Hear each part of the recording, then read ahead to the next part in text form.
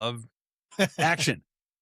Welcome to It All Started With. I'm Philly Barlaza. I'm here with John Rushworth, and today we're going to talk to James Urquhart of Rock Solid Electrical and learn a little bit more about kind of the first of all Rock Solid Electrical business, but also kind of current state of permitting and markets. Well, thank you guys very much for having me. And I always like to share the story because I think there's a lot to be gained from understanding other people's perspectives and where they've come from. I'm actually youngest out of 7 kids, grew up in first part of my life in Southern California, moved up to Marin County. Mom and dad had a very happy marriage all the way until my dad passed away about 10 years ago. My brothers and sisters, I'm still in touch with all of them. 2 of them passed away since that time, which happens as part of the process of being alive. We do have to pass on Sorry at to some hear that, point. yeah. I was actually I didn't do well in school. I was not a studious guy. I was a guy that wanted to go out and hike and play and fish and do those kinds of things, which is what I did while everybody else was playing baseball, football, whatever it might have been. Love it. I was playing a lot. I didn't attend a lot of school by my own accord, which didn't go over well with mom and dad. Got out of high school, knew I wasn't going to go to college, didn't want to do college at all. I wanted to go explore. My oldest brother, actually hitchhiked throughout the United States, and that was my goal. Oh wow, that's Wow. awesome. But it never happened for me. Why? Because I met my wife. Oh, I met her at the age of 18, and she thankfully grounded me and kept me from taking that pathway. So I had a gardening business and I love gardening. I'm still an avid gardener. I can identify plants, and it's one of my superpowers as an electrician. When I walk on a job site, I can actually start identifying plants with the customers and talk with them about them. And they're like, "Wow, I've never met an electrician that knows anything about gardening." Yeah, it's true. So anyways, I did the gardening for quite some time. I injured my back when I was 24 years old. And at that point, I couldn't garden anymore. I actually herniated a disc in my back. So I was down for 6 months and I had no more customers, and I was living at my wife's parents' house at that point and had to decide what I was going to do. My father-in-law approached me and he said, "Hey, I have a leadership position out at the campground that I just purchased out in West Marin County. Are you interested in taking that on?" And I said, "Absolutely, love to take that on." Went out there and decided pretty quickly that this is much more than just leadership. This is managing a small town, oh yeah. because we had Never 200, thought of it like that. 237 spaces. Wow. We had a general store, a gas station, a coin-operated laundromat, game rooms, 32 acres, wells, sewer treatment plant, backhoes, tractors, trucks, Trash, everything. water, waste, Everything. Yeah. We had to deal with all of it. And I knew nothing about RV parks. I knew nothing about how to actually manage them, but I had the drive to learn it. And that was the key. And I love the outdoors. So I'm actually outside doing what I love to do. And I'm working with my hands, which I love to do as well. So I'm actually there managing people. We ended up, after we were there for 20 years. And by the time we got to about our 10th or 11th year, we actually started managing the other resorts in the portfolio as well. So I had oversight responsibility for 4 other resorts, and they were a combination of marinas and campgrounds. Oh, wow. And one of them located down in Southern California, actually one in Southern California, one in Scotts Valley, and one down in Brenda, Arizona. And so we managed those for quite some time. Had a great time, raised our kids on the park in West Marin County, 32 acres, 3-bedroom, 1-bath house. I mean, those kids, Beautiful. think Right? about that. Man, that's awesome. Lucky. That is lucky. And we have the creek running through the property. So they're down in the creek and they're picking blackberries. And I would actually, when they were younger, I'd put them on my shoulders and I'd put my polarized sunglasses on, and I'd put them on my shoulders so I could see the steelhead in Yeah. the creek. Oh, sure. Yeah. So I put on my waders and walk down and say, "See it over there? Look at that one over there." And they loved it. So they had an incredible upbringing as kids on 32 acres. Plus, we had over 1,000 people per night on the weekend staying with us. Oh wow. So they have this incredible introduction to social interaction with people. They're very, very well adapted socially because of all those people. They also worked with us and did some of the karaoke, storytelling nights we had. We actually hired professional storytellers. We had luau festivals. We had Mardi Gras festivals. We did all kinds of stuff there. It was so fun. So it was a great opportunity for all of us. Why did we leave? Great question. Yeah. Why'd you leave? Because there were some things that took place within the business that weren't sustainable. And it wasn't at our level, unfortunately. We didn't have control over it. So by about 2006, 2007, we ended up actually leaving the park, leaving the business itself, and went on and started our own management company, managing RV parks. And we actually did pretty well with that. We had a couple of parks under our belt, and we were really geared up to start getting into more parks. And then the big recession hit, Right. and there's not enough discretionary income. So now you have no need for You a said management company. 2002, 2006, 2007, and it's like I Yeah, tense up. it was hard. It was hard. I mean, listen, none of us knew it was coming. Right. And we had really kind of prepared ourselves to succeed in the RV industry. And when that went away, I don't have a formal education. And so when I was putting my resume out to other people to hire me in property management, it was just being shot right off the top of the stack because there's no college degree. there's no college degree. I have the same issue. Yeah. It's hard getting past a lot of front doors because experience be damned. It's just like it's a box that's got to Yep. be checked. So Oh, it was crazy. And I could spin circles around most of these people and managing systems and procedures because that's what I love to do was putting the systems and procedures in place so that you had a business that actually ran well, like a well-run machine. and you didn't study it.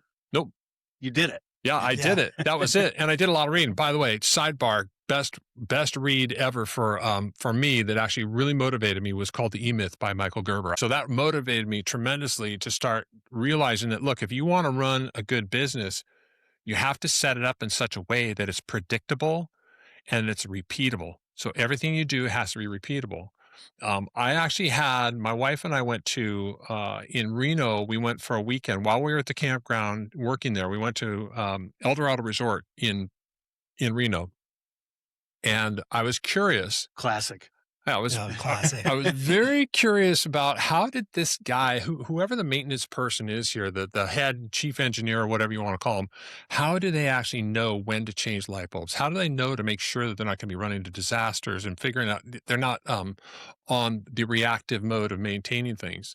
So I called him and talked with him. He says, "You know what you do?" I said, "What's that?" He says, "You write down every nut, bolt, washer, threshold, doorknob, light bulb, everything you have in your building, every one of those items, you write it down. And then what you do is you figure out which one of those items need to be replaced daily, weekly, monthly, quarterly, yearly, every 5 years.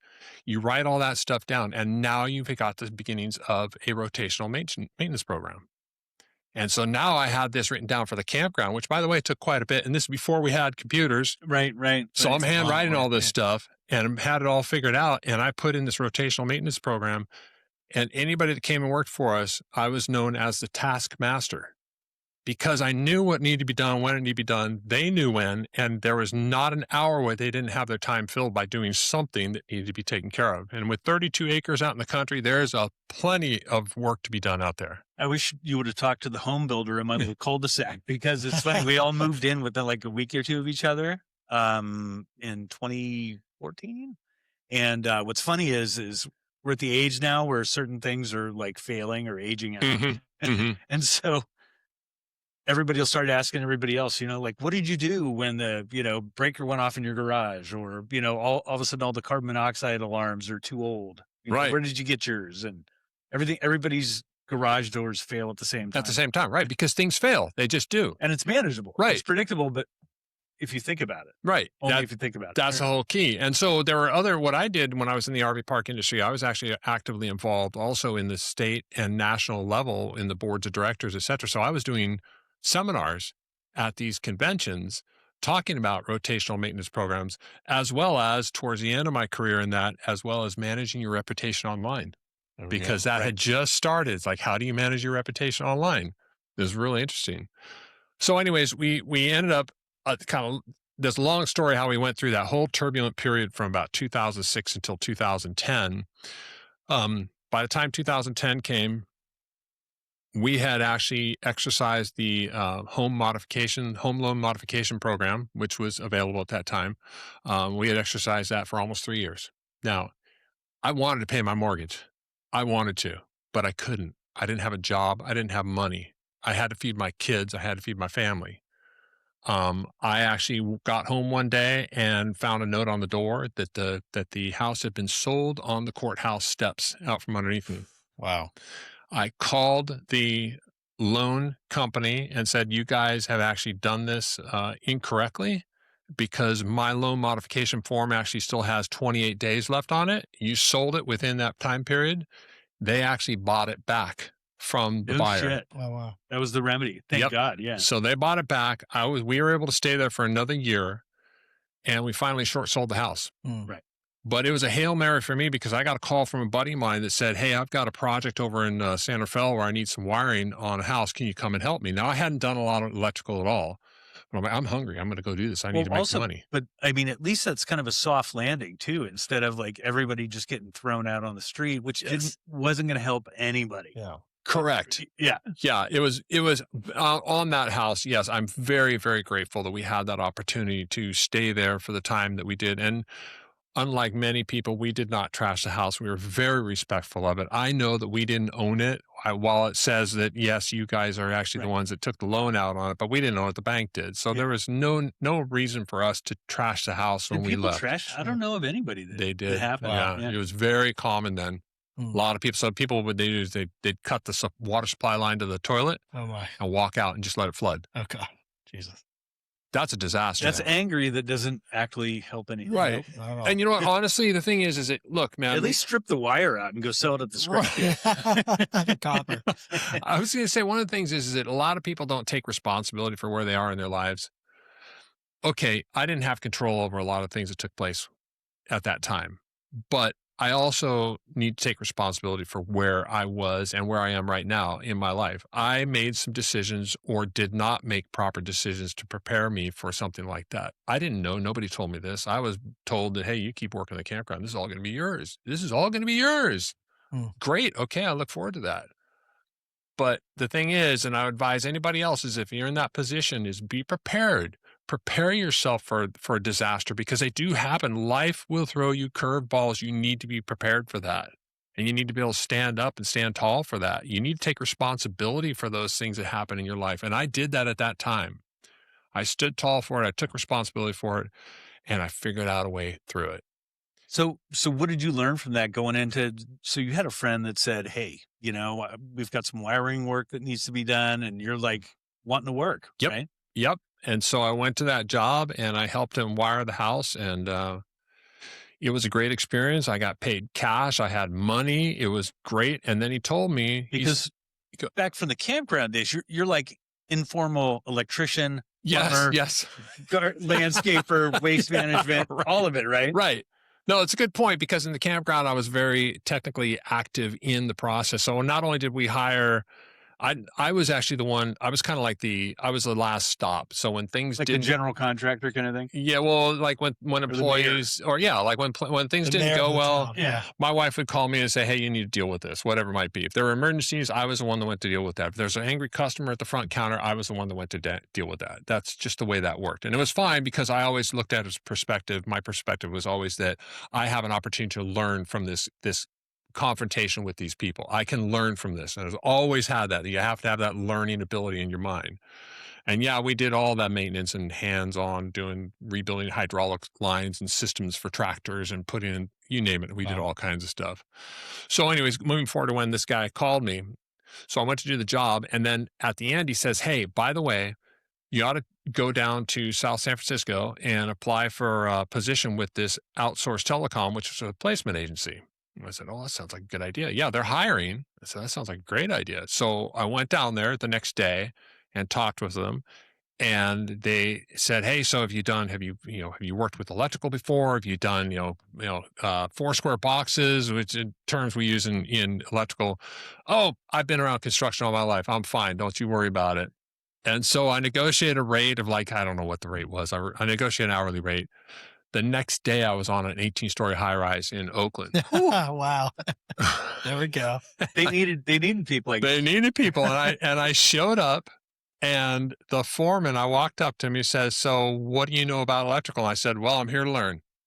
And he said, well, why don't you go upstairs, grab all the cardboard from up top, run it downstairs, bring it into the recycle, come back, and I'll get you started on something else. I ran upstairs, got the cardboard, put it in the elevator, got downstairs, put it in recycle, ran back up, stood in front of him. What's next? Oh man, okay, well, why don't you go ahead and start sweeping that? Swept that up and said, okay, what's next? I was hungry, man. I had to feed my family. Yes. I showed up with a set of tools, power tools. He looked at them that day and he says, those aren't going to work. What do you mean? They're not going to cut it on their job. They're not going to last.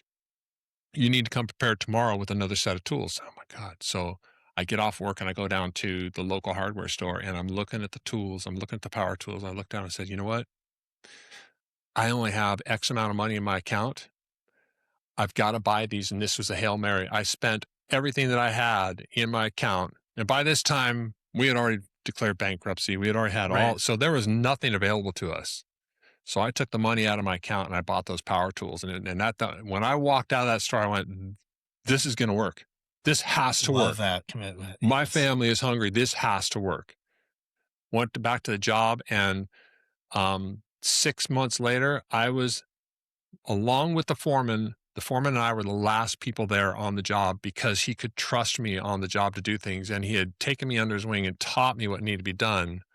Yeah, the people that are around for the end of the job are the people that have a high value to companies. Yeah. Yeah. It was awesome. So I finished that one out and he kept calling me back to go to other jobs to work with him.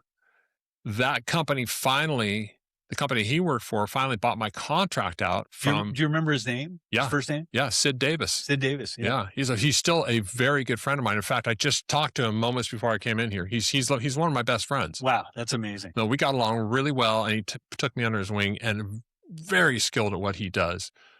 So I get chills just thinking about it. It's amazing. So anyways, I was there with the company. I worked with them for 7 years, and in that 7 years, we were doing installation of fire alarm systems throughout. I worked at Shell Refinery in Martinez for almost 2 years, helping to manage their fire alarm systems there.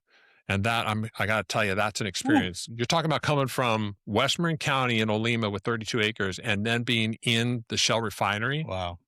Ooh, boy, that was different. The environment is completely different. Yeah. I was talking to somebody that took a job at the refinery to try to do something different. And said the pressure of working at the refinery, and there's so many things going, he had no idea just how much pressure there would be because it's a dance of so many things happening at once. Yeah. And you're not talking about little things, No, big things. Big things. Everything's big things. It's big numbers, big pressure, big volumes, And when it's scary was his point. It is. It's smelly. As soon as you go in there, you're smelling it smells like crude oil. Right. I mean, it just smells like gas and oil production. And honestly, it's not a matter of if, it's a matter of when. In any refinery, that's just what happens. And they're very diligent about maintaining. Yeah. Sure. But stuff happens. It's just like with your car breaks down. It happens. Right. So I was there for about 2 years, and then we did installation of fire alarm systems in biopharmaceutical, lots of biopharmaceutical, and we were doing multifamily residential places, doing all kinds of stuff. And I actually, after 7 years, or actually I was there, 7 years full time. After 7 years, I gave notice because the manager of that department and I were 16 years apart. He was 16 years my junior, had no experience in managing people. And I come from a people background and hospitality background. And I could tell it just wasn't going to work. So we just didn't see eye to eye. And I gave notice, and the owner's like, no, don't leave. No, I got to go. Right. Studied for my test when I left. I studied for my contractor's test. Passed it the first time. I'm in there doing the testing. I'm looking at it, I'm going, I am not doing this more than once. I'm doing it one time. That's it. How long did it take for your contractor's license? Well, you got it. The studying took me, I was about six weeks into the study. The actual testing itself, it depends upon what your skill set is, but the legal part, which I was very good with because I've had employees, so I understood the requirements for employees. That part I had done in 20 minutes. The trade side of it took me about an hour and a half. Now, what's interesting is while you're in there doing the testing, you're going to hear all these guys going, oh God. Yeah, because they're trying. Well, what's it like? So you're taking, because I have no idea what it's sure. Taking. Is it kind of like DMV where everybody's kind of in their own little cubby? Oh Or- yeah. Oh yeah. So, when you, so how many people are in the room when you're taking the test? I would say there was probably maybe 16. Oh, wow. okay. That's a lot of people. But what's interesting is that when you walk up to do the test itself, when you walk up to the, there's a window, and it's a bulletproof window with a little, the little cutout Yeah, slide sure. area, No, like the check cashing place. everything. And so you slide all of your belongings under there. Holy shit. You're not allowed to have any pencils. I said shit. Yeah. No phones. No, you're not allowed to Oh, have got nothing, it. nothing like that. Because they want to make sure that when you're taking the test, you got the raw material in your mind, and Sure. you're taking the test and you're going to pass it. So it's very, very regimented. But I'll tell you, man, when I hit that submit button and it said pass, I'm like, Yes. Oh, that's awesome. did it. And walked out. and went, Check. I Never got see it. you again. First guy I called was Sid Davis. Oh, I love it. Brother, I did it. I passed. And he says, oh, man. And then we started talking. It's really interesting. He says, so what are you going to call your business? I thought, oh, God, I haven't really thought about it really. And he's like, So you had a plan at this point. I knew I was going to have a business. Right. I knew I was going to run my own business. That's the only way for me. I can't work for anybody. You don't want to work for another No. guy 16 years your junior. and Nope. You take destiny and put it in your own hands. Yeah, and honestly, it's hard because when you've been responsible for multitudes of people, like in the RV park industry, and I've got 25 employees and thousands of guests, you're responsible for all of this, and you really polish your skills on your people skills and how to communicate with people and how to read people, understand what to say and what not to say. When you're working with somebody that's managing a department that doesn't understand that, it's very, very challenging. And in this industry, in the electrical industry, it's very seldom that you find a manager of a department that has not come up from the technician ranks, meaning they haven't had managerial background. So they don't understand how to manage these things. There are several that do, but for the most part, don't have that background. So they're just shooting from the hip doing management, and they're not meeting their margins because of that. Or doing whatever the guy above them did Right. with them, This is how I was trained. Yeah. Right. This is what I'm going to do. Individual contributors don't always make the best leaders. Right. Not at all. No, most of the time, the technicians just are not great at managing. They just aren't. They're really highly skilled. And I'll go back. The guy that actually was 16 years my junior, that guy was probably one of the most skilled technicians I've ever met. I mean, he was really, really intuitive in the processes. And when you're doing fire alarm work and you're trying to figure out why it's not working, you have to be really sharp, and you got to understand how things are working and why they're working that way. It's a whole lot different than a standard electrical system in a house. Low voltage, it's much more sensitive, and things can create problems very quickly. And you need to be able to assess that. Otherwise, that panel is just going to keep beeping at you and beeping and beeping. Well, maybe I'm square, but like I always watch Top Gun, and it's like I want Iceman. Right. Because he's reliable. I know what I'm going to get. He's going to do what I ask him. Like Maverick. Yeah, he's awesome. 10% of the time, but the other 90% of the time he's causing problems. Yeah. And I would actually, that's a great analogy because I think that my manager was more Iceman. He was very, very good, but not with people. Yeah. Technically, you don't want Maverick like running the squadron. No, it was really interesting. So anyways, back to when I passed the test, I'm driving home, I'm talking with Sid, and he says, so what are you going to call your business? I said, I don't know. I have no idea. He says, you're rock solid. You should call your business Rock Solid. I love it. Whoa, that's a good idea. I think I'll do that. So I went on. You have to, when you actually file for your name with the Contractor State License Board, you actually have to make sure that name is not being used by somebody else within the state in which you are licensed. Oh, wow. Okay. All right. So nope, there's nobody else in the state. There is a Rock Solid Electric, but not a Rock Solid Electrical. So I went ahead and registered that. That came up, and that's how we actually got the name of Rock Solid Electrical. And it's actually indicative of my character.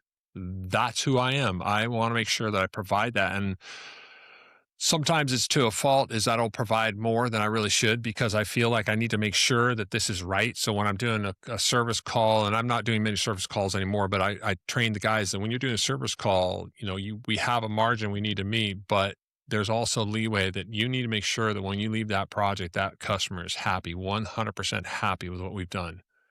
That's really important to me. What's amazing is it's got to carry through to every last person because you look at the side of the truck. Yep. And it says rock solid. You know what I mean? Like, you don't work for Rock Solid Electrical and then just kind of like, You have to be Yeah. rock solid. You have to. right. You have to. And James was rock solid through the Like, if any campground. employee ever had a question of what to do, Right. the first rule is, well, I work for Rock Solid. Right. Yeah. And we actually have what we call, we've actually put it together an internal document. It's called the Rock Solid Way. Love that. Yeah. This is the way we do things within our business. It's an internal document, and this is the way we do it. And everybody follows this way of doing things. And it works great. It's something I decided, we got to put something together. If we're going to be rock solid, we need to make sure everybody follows the same thing. And I'm not there cracking a whip and saying, hey, you have to follow it this way. It's more of, doesn't this make sense? It's the culture, though. It's Right. It's establishing a culture so people have a clear understanding of what they're doing there. Yeah. That's the key. And then they have fun doing it, and they take pride in what they're doing. And then when the customers, you go back and look at our reviews, and the reviews they're bringing up, like Alan, who works with us. He's been with us for 3 years now, and he's being mentioned in those many, many times. Oh, Alan is fantastic. He's such a great guy. He does such great work. It's so clean, so professional. That's the key right there. That's the human interaction that still lives today, right? Yes. Not just the brand. Oh, Rock Solid was great, but Alan. And Yes. that's a customer for life when they name the service Yeah, provider. exactly. Thank you for saying that. You're right. No, it's the brand. It's how we present ourselves with the customers. And, hey, man, in contracting, you're going to make mistakes, which we do. We're not perfect. But I got to tell you, man, I stand tall when we made the mistake, and I will communicate that to the customer. And 99% of the time, that customer is very grateful that we have communicated that to them and that we have made it right. So we have corrected it, and oftentimes, most of the time, at our cost. To stand on the rock, right? You got to do it. You got to do it. That's what makes it work. And that's got to help with referrals too. Oh yeah. Yeah. Well, we're getting some great referrals now through the Southern Marin Mommies group. Yes. Thank you, John. Those feverish Facebook groups and Nextdoor. Yeah, They right. work wonders for Nextdoor's service crazy. providers and referrals. No, it's very, very powerful. But that word of mouth is huge, and we're stepping up the game now. Working with John and building the website, and we're getting better and better at what we do. Awesome. Yeah. So tell us a little bit about that. What have you done, and what are you doing that's working for you to stimulate more word of mouth in the marketing sense? That's a great question. Well, I think a lot of it has to do with being active on Facebook as well as Instagram. Now, I am not an early adopter of technology. In fact, when I talk with people that I'm having a problem with technology over the phone with them, I'm trying to figure something out, I'll tell them, look, I'm not a tech native. I'm just not. I'm being honest. Right. But I also understand you need to embrace it. So by embracing technology, you learn it the best you can. And I would say Instagram is a huge part of it. Facebook is a huge part of it. The website, of course, that's going to be a big part of it, but also working with Sparkplug Marketing, of course. I'll give you that plug because it's due. But Sparkplug Marketing is great too, because that's helping us get our name out there. And we're about ready to step up the level with Sparkplug to get even better at this. Well, it's really hard because it used to be the phone book. Like, the phone book was everybody's first choice of advertising, and it was mandatory. There's no phone books anymore. And your name started with an A. I know, right? And you took the Are you full, A electrical? Well, I'm A electrical. right? And you took the full page ad. Not only the full page ad, but when you actually opened the phone book and looked in, you had a facing page that was, and you paid for that. Yeah. And then you'd go All to the next plus money. page, a quarter, and the next one, you had all the listing. But it was simple. It Yep. was just like, how much phone book am I going to do? Yeah, And now it's diffuse. It's my point being, it's not as easy to be present for customers looking for work. Because they look everywhere. They Google search, Facebook, Instagram. Well, and I would say also I rely a lot on the professionals like you, John. I rely upon what you tell me and how you see the market changing, morphing, where we need to be putting our time and effort into that. So in the digital aspect, we're doing a lot with the digital marketing itself. There's also the networking part of it too, is that one of the things I'll do if I'm driving down, I drive down 101 in the mornings and I get stuck in that horrendous traffic. Right. That's okay. Use that time productively. So what I'll do is I'll call other contractors, other electrical contractors, or people I know, and just shoot the ball with them. Just say, hey, how's it going? What are you up to today? And inevitably through that conversation, you're certainly building more of a relationship with that person because you're getting to know them better and they're getting to know you, but also you're top of mind with them now. So something else comes up, they're going to call you, even if it's an electrical contractor that I'm working with. He may say, "Hey, I got this customer that called me, needs this done. I don't have time in my schedule to do it. Can you guys do this?" So there's referrals through that as well. But that only works too with you've got to have the reputation. Exactly. You have to be That rock solid. You got to be rock True. solid first. Yeah. And it's, being rock solid is really, it's just, you've got to be consistent. I love working with people. I enjoy it. I love people. So I think that the being on the phone with people, I just enjoy that process and you get to know more about them. I met a guy recently. Well, you were the mayor. Yeah, well, Yes, exactly. yes. I don't know how that came to be, but it did. But I just met an electrician that just started his own company and he wants to go commercial. Now, we don't do commercial. We'll do small commercial jobs, but not large. He wants to go commercial. So what I've been able to do is connect him to certain people, other contractors that are doing commercial work. He just nailed his first commercial contract. Amazing. Man, that's awesome. I'm like, right on, buddy. That's fantastic. And I told him, I said, I want the fire alarm part of that. Yes, exactly. There you go. And that's exactly, he says, I don't want anything to do with that. You go ahead and do that. I said, perfect. That's how this relationship's going to work. So you just have to continue to network and build the relationships. And a key part of networking also is a plug for BNI because I'm part of a BNI group and it's very, very effective if you work it. Yeah, you have to put in If you don't put in the effort, it's not going to work for you. But you have to put in the effort, and it's definitely working. And plus, all the people I know in BNI are great people. Isn't it amazing? No, they're fantastic. Yeah. I mean, they're people I want to hang out with, and maybe we'll go out and see music on a Friday night or something like that. That's definitely, they're great people. So I feel very fortunate to be involved in that as well. I love the networking with some people could call it competition. You don't view it as that. You view it as a partnership and we're going to figure this out. Yes. I'm going to benefit you. You're going to benefit me. Yes. And that's a beautiful thing. I was stuck on the music. I was trying to think of the place. Oh, yeah. I love it. The place in Nevada at Hot Vintage. Monk. Yeah, Hot Monk. Hot Monk, yeah. That's a good one. Some good stuff in there. Yeah. Great music. Yeah. When we do get in there and Good watch chicken it. sandwich too. Yeah. They got great sandwich. They got great beer. Yeah. Great place. I don't spend a lot of time there. You're right. Yeah. Spend no time there at all. I love it. No, it's a great spot. But yeah, it's what I'm doing now fits well with what I want. Do I wish I had more time to play? Of course. I wish I had more time to fly fish. Absolutely. But I also enjoy building the business. And I understand that you have to stay diligent to build and keep growing and growing. Are there times where I go, oh my God, what am I doing? This is crazy. Of course there are. I'm a human being just like you are. Everybody has that moment and it's okay. That's part of being human. Let that emotion pass through you. Let it happen, process it, and let it pass through you. When it passes through you, pick up another motivational book and start reading. Think and Grow Rich is a masterful read, by the way, if you haven't read it. But that is a fantastic book by Napoleon Hill.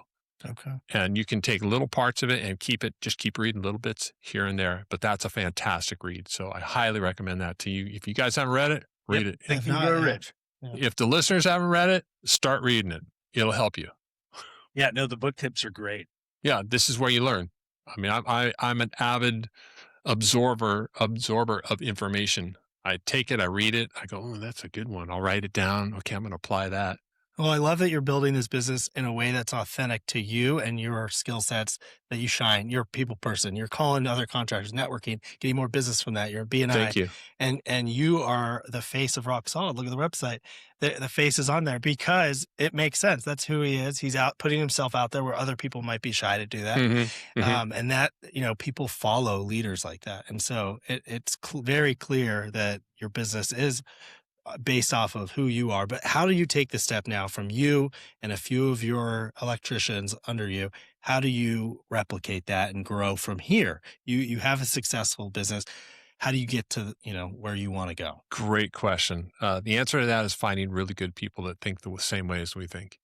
You have to find people that have the skill set that can come in and actually be at the site level and running jobs. They understand how to work with people. They have to really it's all people. That's really what it is. It's people. Because you can teach the skills. You right? can teach the skills. There's certain things you can't teach people. So you have to, so it comes down to the interview process. The interview process is it's not a fast process. I'm very careful in the questions that I Smart. ask. I want to know more information. I dig in. It's not like a corporate interview process. It's more, hey, let's get to know each other. Let's talk. Let's, what does, tell me what your definition of integrity is.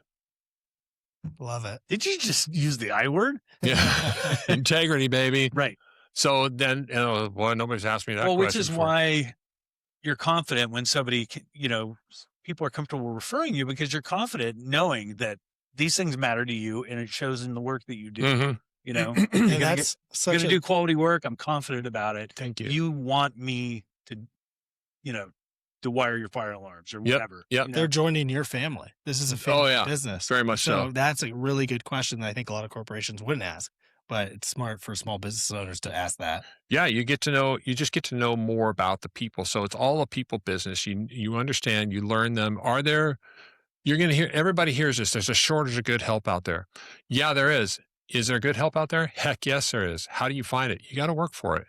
It's not easy. You got to work for it. You got to prospect. You've got to mine for this stuff. And it's all about in the relationships. Just like I'm saying, I call these people on my drive and say, hey, I'm looking for somebody that can fit this mold. I am too. Okay, well, let's work together. Let's see what we can put together. Maybe they don't want to commute to your shop, but we'll do the commute for us.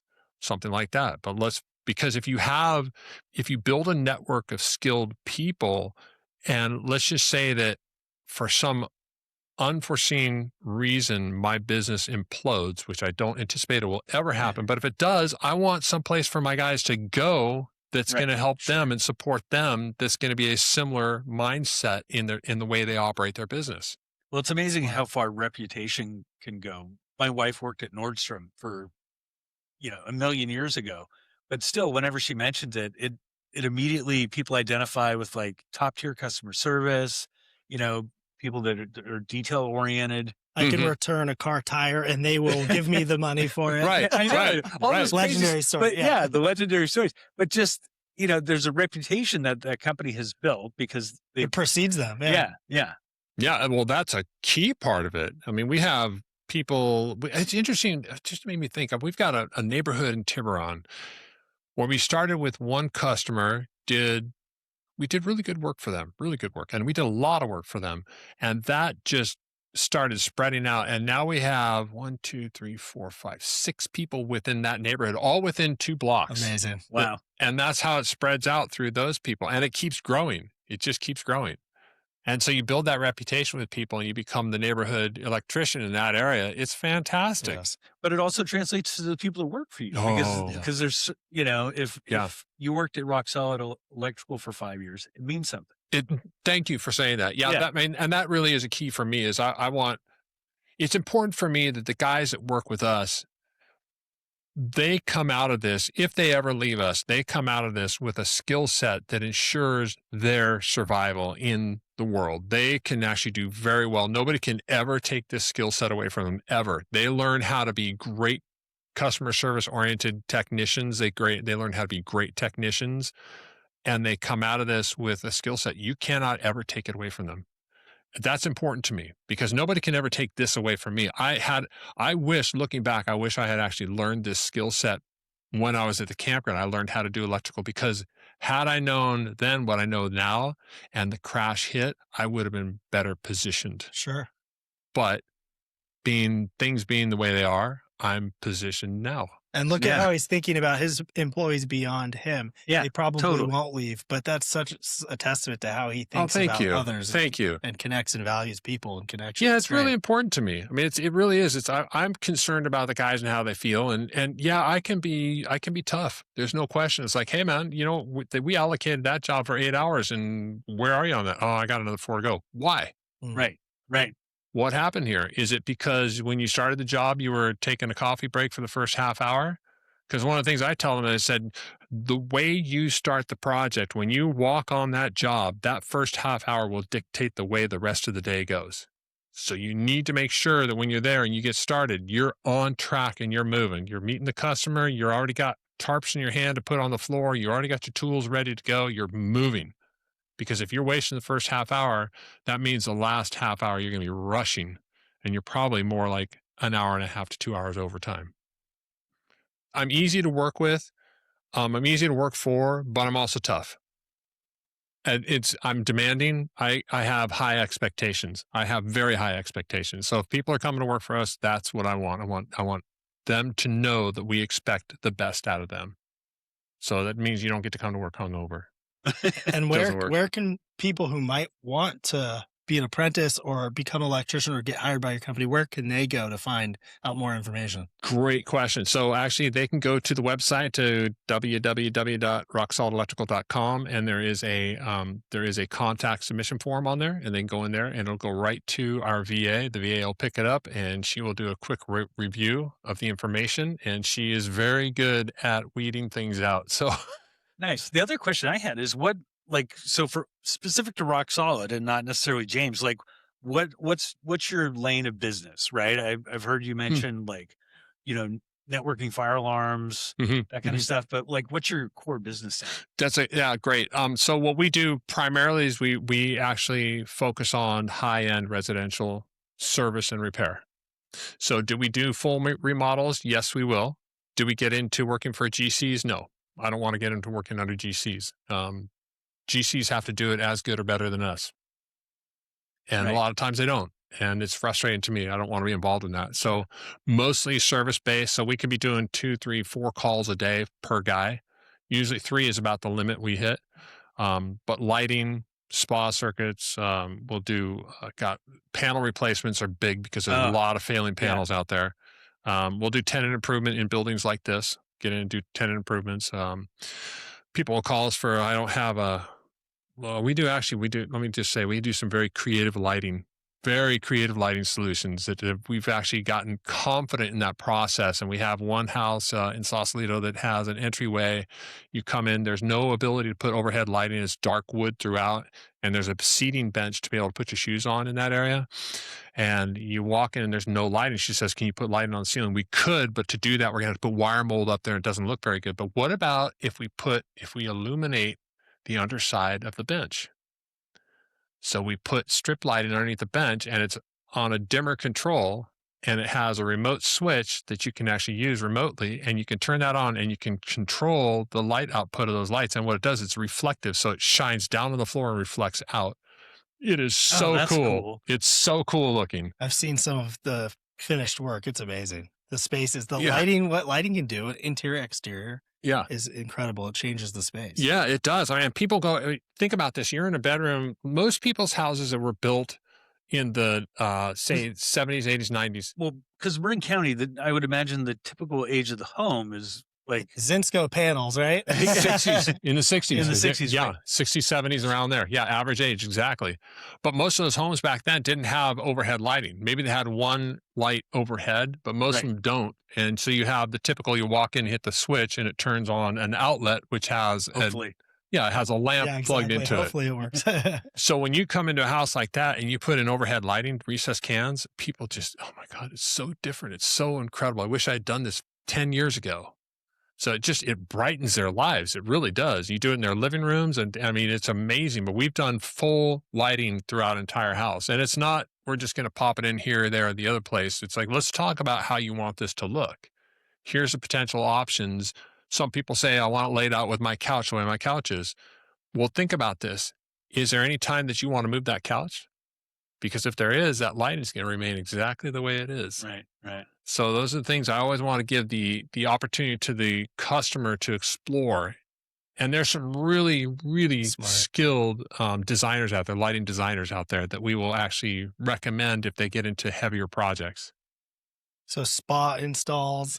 Yeah. Also EV chargers. EV chargers. Oh, yeah. Oh, yeah. I would imagine that's lots of EV chargers. Yeah. Yep. Lots of that. And, which is, by the way, something you don't want to dick around with or get kind of half-assed work on? Because you're talking about like some really high voltages, right? Could require panel upgrade, right? Yeah, But absolutely. not just 110. Now you're getting into 220 or higher. Yeah, well, you're getting into 240, 220, 240 for electricians' purpose is basically interchangeable. I don't want to get into the explanation of that, but they're basically interchangeable. But yes, and also you have with car chargers, they consider that a continuous duty service, meaning it's pulling power for more than 3 hours. That's considered continuous duty. And when you do that, you better make sure that whoever did it correctly. They torqued down We're talking about fire. Oh yeah. Oh my All gosh. kinds of bad things can happen. Oh, I've got pictures of things that have happened. It's like I walk to a job and go, what were they thinking? Right. I have one in particular we just did in over in Vallejo where the original construction, you're supposed to staple the Romex within 12 inches of the box when you have a junction box or a light switch or an outlet, whatever it might be. So you're supposed to staple it. They did. They did exactly how you're supposed to, but the staple was a little bit tight. The house was built in the 70s. And what happened was this was next to a window, a sliding glass door window, and the window started leaking around the exterior frame of it, which then got moisture in the wall, which then went to the staple and started rusting the staple. As the staple rusted, it expanded. As it expanded, it pressed against the wire and rubbed through the wire and created a short. I've got the wire in my truck. I could show you. It's amazing to look at it and go, man, that guy is lucky his house didn't burn down. It's behind the wall. Well, especially when so you're putting in a car charger with a house with a box from the 60s. Mm-hmm. You know what I mean? Where it might require changing the box, which is not news that everybody wants, but that's the difference between like being like rock solid and just doing the job and getting by. Exactly. You know? And we see that often. We see people going in and doing these chargers, spa circuits, saunas. I don't know why, but we're having a run on sauna circuits recently. Tons of them are going Health in. and wellness, yeah. Yeah, exactly. Nice. Exactly. Ice bath. Yeah. So, and plunge baths. All that stuff is really popular right now. But you're right. It's like, look, you could, and I tell the customer, I said, we could just be the unscrupulous slap it in there and call it good. But these are things you need to be aware of.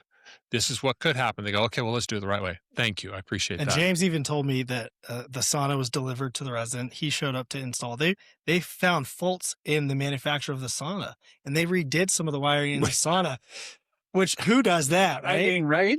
That's incredible. We weren't, let me put it this way. My guy on site, Alan, was not happy about it. He called me and he's like, you're not going to believe this. He told me what was going on. I said, listen, man, make it right.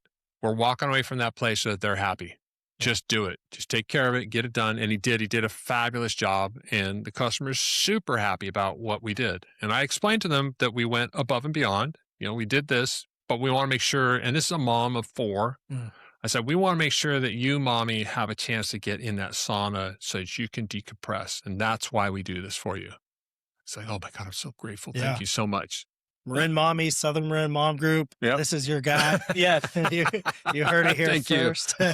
Although I know a lot of them already hire you. Oh, yeah. No, there's a lot out there, but I'm feeling very blessed to be in the position I'm in now. I mean, I'm 61 years old. I started in the trades at the age of 47. Who does that? Incredible. Who does that? You know what's funny is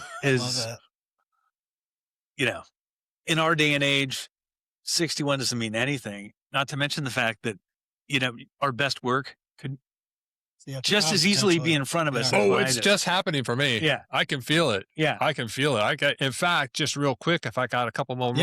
Yeah, I just got a call from my old boss at the old company where I was doing fire alarm systems. And he called me up and he says, and we've been in touch for over the past 7 years from time to time. So we have a great relationship. But he called me up and he says, hey, I have a question. I'm not quite sure how to pose this. Says, but he has a multi-million-dollar company and he's got one of his departments is losing significant amounts of money, significant amounts of money. And he's asked me, is there, I don't know what to do. I mean, is there any way you can help me? And I said, well, what does that look like to you? He says, I really don't know. This is the first call. I don't know. I talked to one of the other guys here that's a manager that I used to work with this guy. And he said, he suggested to call you. And I said, well, let's talk about this. So over a period of about a week to 2 weeks, we talked this through and came up with a plan of action. I am now consulting for him to turn that business, that particular part of the business, into a franchise model. Oh, wow. Not that he can turn it and sell it or franchise off of that, but so that he can actually build the business so that it actually makes money. Sure. Interesting. And so I'm in the process of actually, which I'm assuming is a good core business, though. very good. You know what I mean? It's right. So standard operating procedures, That's it. It's all dialed systems in. process, you're going to do that. They're not going to go franchise, but it's so that they internally have their ops down Exactly. and they're not hemorrhaging cash. Exactly. That's it. And the thing is, I'd actually talked to the manager of the department today, and we had a great conversation. He was my supervisor when I worked there, so he's still there. We had a great conversation. He says, I am so glad that you've come on board. And I said, well, hold on. I'm a consultant. I'm not working doing slinging Yeah, whoa, pipe or hey. tools. And he said, no, I know. That's not what you're doing. He says, but I'm so glad because there's so many times I've thought about if James were here, what would he do to fix this problem that we have? And I said, man, thank you so much for that. That's a real compliment to me. I really appreciate that. He says, no, man, I'm being real because honestly, I want to do really well in this, but I just don't have the tools to do it yet. And I said, well, that's where I'm going to come in and help you. We're going to make this thing work. And if you're willing to do it and you're willing to learn, then you're going to do really well in this whole department. He says, I am 100% on board. So perfect. Being the mayor of a campground pays off. Right? Yeah. Clearly those skill sets Eventually. are here. Eventually. So here I we're not talking about skills now. We're talking about, people that have confidence and faith and dealing with somebody who, comes forward with honesty and integrity and all the other stuff. Yeah. I mean, I think that's a key part. I mean, I tried to be somebody I wasn't for a long time when I was in the RV park industry. I was trying to mirror what my in-laws were like as business owners and operators, which obviously didn't work for them, right? So I had to change who I was. I had to figure out, well, why did this not work? And who am I? And so it took me a long time to get out of that and finally discover who I am as an individual and where I'm comfortable with myself. I'm very comfortable with myself, but it didn't happen overnight, man. This took years and years and years of work. And I would say over the past 5 years is where it's finally come to the point where I go, okay, now I know who I am and now I know where my comfort zone is. And it's the law of attraction, because when you get to that level, things start happening. You can't explain it really other than it's the law of attraction. It does work. It does happen. So maintain a positive mental attitude and be kind to people. And be authentic to yourself. That clearly shows through. And subconsciously people pick up on that. Oh, for sure. In nonverbal and verbal ways. Absolutely. You have to start with yourself. Yeah. And make sure you are happy with that self before others really just grab onto that. Oh, no question about it. Yeah, you present yourself that way, and it's that this is me. This is who I am. So what would be, this is the softball question of the whole interview. What would be the kind of customer you'd be looking for right now? Like what would be a good, if someone were to send someone to you, what would be a good referral for you? Well, that's a great question. So what I'm looking for, what we as a company are looking for, are those people that are prepared. They need to be ready to do what they want to do. Obviously, it's easier to say, well, what is not an ideal customer? I would say an ideal customer would be similar to one we had in Tiburon. Very nice lady, very, very busy with what she was doing, very health-minded, wanted the sauna put in place. It was a challenging installation. And when we were done, she says, we've had other electricians come out here. I'm being honest about this. She says that we've had other electricians come out here and they took one look at our system and said, I'm not going to touch it. Now I showed up and looked down and went, okay, that's a challenge, but we can make this happen. We made it happen. So somebody that's positioned to make the decision and make it now. We want projects that are, lighting is great. Spa circuits are fantastic. Outdoor lighting is great fun for us as well. We want somebody that's that we don't want people that are actually going to be really meddlesome. That's not helpful. And I try and avoid that by actually making sure I'm communicating very clearly from the very beginning about what they want. I just want to make sure I understand exactly what you want. And then when we build the quotes, it's very clearly lined out in the quotes about what it is that they are going to be getting for that dollar amount that we're providing the service for. People that Obviously, Marin County is our target market. We do some work in northern San Francisco. We just did a job in off of 101 Lombard in the city. Just yesterday, we did one there. Great customer, repeat customer for us. We'll go to Sonoma. We'll go to Napa. We'll go, like, the furthest north I want to be going is Healdsburg. That's as far as I want to go north. Right. We'll get to Bodega Bay. We'll get to Stinson Beach. I've got a project actually in Bolinas that I'm going to be doing very soon. It's a panel replacement, panel upgrade.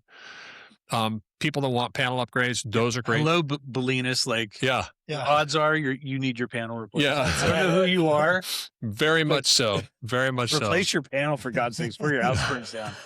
Well, and Santa Venetia, Terra Linda. I mean, all those houses were built back in the 70s, and they need their panels replaced. And a lot of people have done them already, and a lot of people are hesitant to do it. What's the danger of not replacing your panel? The danger of not doing it? Yeah. Well, most of the panels that were put in back in the 60s and 70s were Zinsco panels, Zinsco brand. And it's that company put those panels together, and they were very, very popular because they came out with a new, you could fit more breakers into a smaller space, is what basically, in basic terms, I'm telling you. Right. So they were very popular, and contractors used a lot of them. Doesn't sound dangerous at all. Not at all. But the problem was, what they started discovering is that the breakers were not tripping when they were supposed to trip. So that means you're able to pull more power through that breaker, which then heats up the wire. As the wire heats up, it expands and contracts. The casing around it starts melting or getting brittle. And as it melts or gets brittle, it starts touching each other. You have an arcing situation, which then creates heat, which then creates fire. And things get old. Things need to be replaced. So the old Federal Pacifics, that's another panel, Federal Pacific, Stab Lock Federal Pacific, the Sylvania Zinsco, GTE Zinsco. So what happened was Zinsco sold to, I think they sold to Sylvania, and then GTE bought it. So, but they're all the same product, and they all need to be replaced. So go to your garage, look for those brands. Yeah. Call James. Or just if it looks original, to be honest, over time, it's just something that needs to be. Yeah. So here's another really important part about this is that when you're doing your panel, the thing that we do also for the customers, we manage the entire process for them, which can be an absolute nightmare for some people, but we take it on because we've done enough. What do I mean by that? When you're working with PG&E, I know I'm going to try and be as nice as possible. The frontline workers are fantastic people. They have mandates passed down to them that they need to follow that have been passed down to PG&E from the CPUC. So I think everybody needs to understand there's not the frontline workers. California Public Utilities Commission? California Public Utilities Commission. Exactly. Nailed it. Yes. And so these people, the frontline, are not making these decisions. They're following the protocols that have put in place, and they are overwhelmed. Some of these people have 150 projects that they're dealing with at one time. So what has to happen is that we, as contractors, we stay on top of them. I continue to call. Now, do I get answers when I'm calling? No. It's emails that they answer because they're so buried. Right. I have relationships with some of the people within PG&E locally that will actually respond to my texts if I text them. They're not going to respond right away because they're buried. And it's all about what's the highest level priority for them at that moment. That's so for them, is that them approving and permitting a project, or like? Yeah, it's approving the project. Okay. Approving the project. And what kind of timeline does it take? It can take, I had one just recently, which was a standard like for like replacement. We had it done in 4 weeks. The longest I've had is 23 months. Oh my gosh. Wow. And the 23-month one required a new telephone pole and a new transformer in a place where there was no telephone pole or transformer. Wow. So they put that in. And we just did another one in January that took 6 months to put in. They replaced two poles and 2 transformers. But it depends upon the amount of electricity that the customer is using, because those transformers are designed to provide a certain amount of load. The transformer from the 60s. Yep, that's up on the pole, exactly. Okay. Yeah, exactly. And if it's overloaded, their load calculations will show that, and they'll say, well, if you want to upgrade your panel and you have additional load, that means this transformer needs to be replaced as well. And so now does the customer pay for that? Kind of, but not directly. Well, at least when you know somebody's experienced with dealing with that, instead of getting somebody else who starts the project and is like, oh, we're going to be growing too much right now. Yeah. Right. We try and help the customer understand that it's going to take time. And we tell them, look, I'm kind of on the fence on this. I'm not quite sure if I want to do it. What I recommend you do is go ahead and sign the quote, approve it, and let's get moving on it, because you're going to be outlaying a little bit of money up front because we have to have coverage for the permits, et cetera. But the big payment doesn't come until the project is done. And that could be 6 to 8 months out. Wow. And you're quarterbacking that, not the customer, not the consumer. They don't do it. Yeah. You're working with PG&E. We do it. That's amazing. That's really nice. All they got to do is listen to me go, we're doing our best. I'm sorry, PG. We did, and we keep them in the loop. They are actually kept in the loop through the emails that I send to PG&E, and PG&E responds back. And sometimes they copy the customer, sometimes they don't. When they don't, and it's relevant information for the customer, I send it on to the customer so they have it, so they know exactly what's happening. But yeah, that whole process of managing that, your permitting, your inspections, it can be a real nightmare. Because I wouldn't even think about the transformer if I was, No, I didn't either when I first started. And that's how you learn. Right. You do it and go, oh my gosh, this is taking forever. And now you've taken that service and productized it in a way, and now you can offer it kind of a rinse and repeatable method. Very much so. For that specific service, Yeah. for sauna installs, for lighting Yep, into the exactly. exterior. You're creating, instead of just a big service company, everything's mismatched. You have your verticals that you can focus on and specialize it and have that really standardized consistency of service output every time. Yeah, precisely. And in the bidding, in the quote processes, I have templates I put in place. And the templates are actually lined up in such a way, they're written out in such a way where it has the most amount of information in it for, like, whatever it might be, a sauna or a spa or a panel replacement. So I take the bigger jobs that I've done that have been panel replacements, say, okay, well, here's all of the intricacies of that particular project, and I've lined them all out in that quote. So I can take that, I can paste it into a quote, and I can start deleting the things that aren't relevant to that particular job. And it's very fast. So they're not waiting 2 weeks for a quote. It can turn around that day. And the quote's right there. And as soon as you have that quote, the universe likes speed, folks. It does. And it rewards it. The universe likes speed. And so do focus. It. Yep. So that helps with our marketing for them.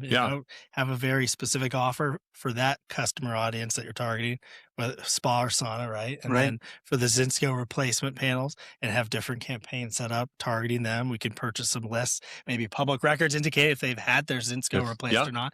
And we can really target these different audiences instead of, we're rock solid electrical, come to us.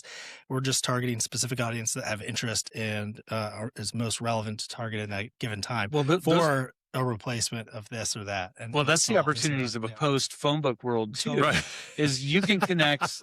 It's actually with someone who knows what they're doing, like Sparkplug.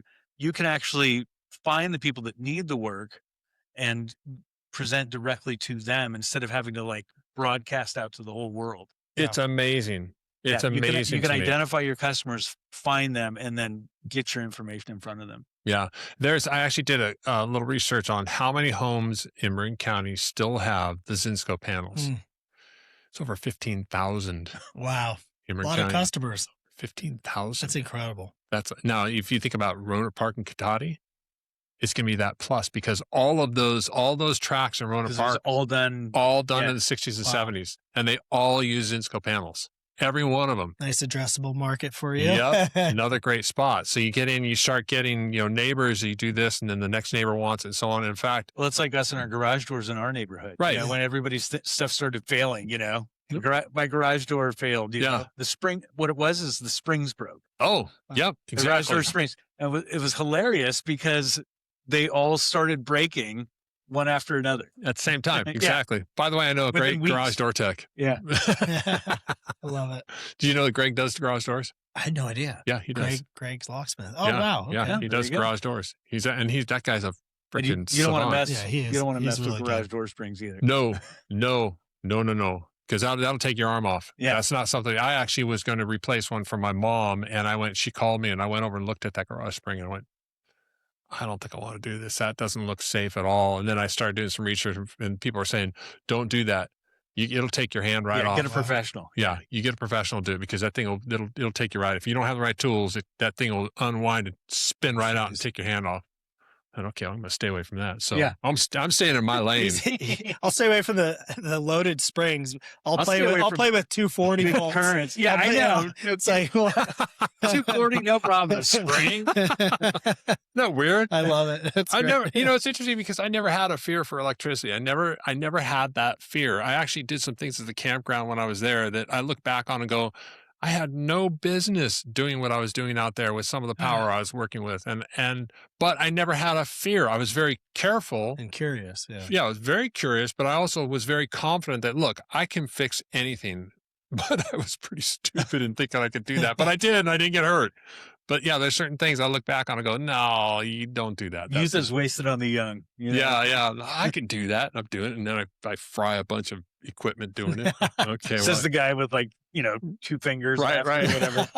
No, they're all here. They're all here, man. Good. And I intend it to stay that way. Yes. Well, Sipton had a rebar business, and there was a couple of the old timers missing fingers from the rebar benders. Oh yeah. Take it right off. Right off. No. Anyway, so maybe where everyone can find James and his business. Go ahead. No, yeah. So give us all the details, like phone number, email, website. All right. So email is going to be services@rocksolidelectrical.com. You want me to spell it out? Oh, no. Oh, good. Perfect. Thank you. I'm glad. Thank you. We're past those days. A phone number is 415-426-7625. Nice. I have to double check And that. rocksolidelectrical.com. Rocksolidelectrical.com is Not the electric, website. because that's those other guys. Correct. Yeah. The contractor. What a license great story. domain, though. Rock Solid Electrical. It's awesome. You may have to correct that phone number. Because everybody's a contact these days. I don't know my kid's phone number. Yeah. 415. Oh, I'm going to quiz you. Sorry, man. No, it's okay. It's 415 shoot. 415-625. Thank you. 625. 7625. 625-7625. Did I get it wrong? I think I got it wrong in the recording. Sorry, guys. We'll cut it out. That's We'll okay. Cut it out. All right, James. Perfect. It's awesome. Hey, thank you, guys. Thank you for coming on the podcast. My pleasure, guys. Appreciate you sharing your time and stories. Yeah, no, I appreciate the opportunity. I love to share. Take care. All right. Thank you. Bye. Thanks for listening to our show. You can find It All Started With wherever you get your podcasts. If you got anything out of the show, we would appreciate a like or thumbs up. Thanks again, and we will see you next time.